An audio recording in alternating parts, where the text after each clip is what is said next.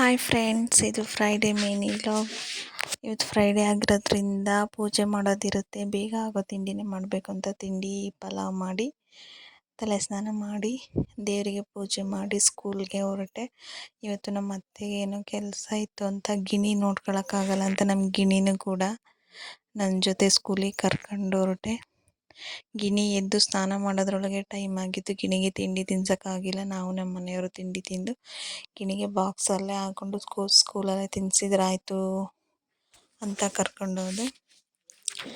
ಪಲಾವ್ಗೆ ಕಾಯಿ ಚಟ್ನಿ ಕಾಂಬಿನೇಷನ್ ಮತ್ತು ಮಾವಿನ ಹಣ್ಣು ಕೂಡ ಕಟ್ ಮಾಡಿದ್ದೆ. ಮಾವಿನ ಹಣ್ಣನ್ನು ಇಂಡಿವಿಜುವಲಾಗಿ ತಿನ್ನೋದಕ್ಕಿಂತ ಊಟಕ್ಕೆ ತಿಂಡಿಗೆ ಸೈಡ್ಸ್ ಆಗಿ ತಿಂದರೆ ಏನೊಂಥರ ಚೆನ್ನಾಗಿರುತ್ತೆ.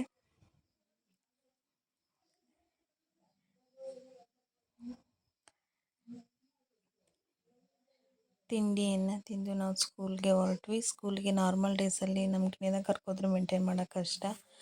ಈಗ ಬುಕ್ಸು ಬ್ಯಾಗ್ಸ್ ಎಲ್ಲ ಅರೇಂಜ್ ಮಾಡ್ತಾಯಿದ್ವಿ.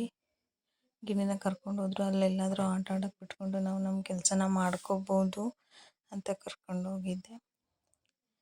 ಇನ್ನು ಬುಕ್ಸ್ ಅರೇಂಜ್ ಮಾಡೋ ಕೆಲಸನೇ ಸ್ಕೂಲಲ್ಲಿ ತುಂಬ ಇತ್ತು.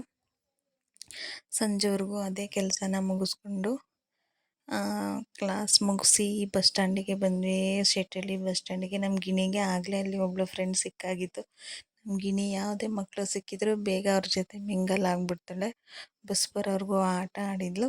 ಆಮೇಲೆ ಮನೆಗೆ ಬಂದು ಇನ್ನೊಂದು ರೌಂಡ್ ಮಾವಿನ ಹಣ್ಣನ್ನು ತಿಂದು ಸ್ನ್ಯಾಕ್ಸ್ ಏನಾದರೂ ಮಾಡೋಣ ಅಂತ ಅಂದ್ಕೊಂಡು ಚಕ್ಲಿಯನ್ನು ಮಾಡಿದೆ. ನಮ್ಮ ಗಿಣಿ ಮೊನ್ನೆ ತಾನೇ ಟಿ ವಿಯಲ್ಲಿ ಚಕ್ಲಿಯನ್ನು ನೋಡಿ ಅಮ್ಮ ಚಕ್ಲಿ ಬೇಕು ಅಂತ ಹೇಳಿತ್ತು.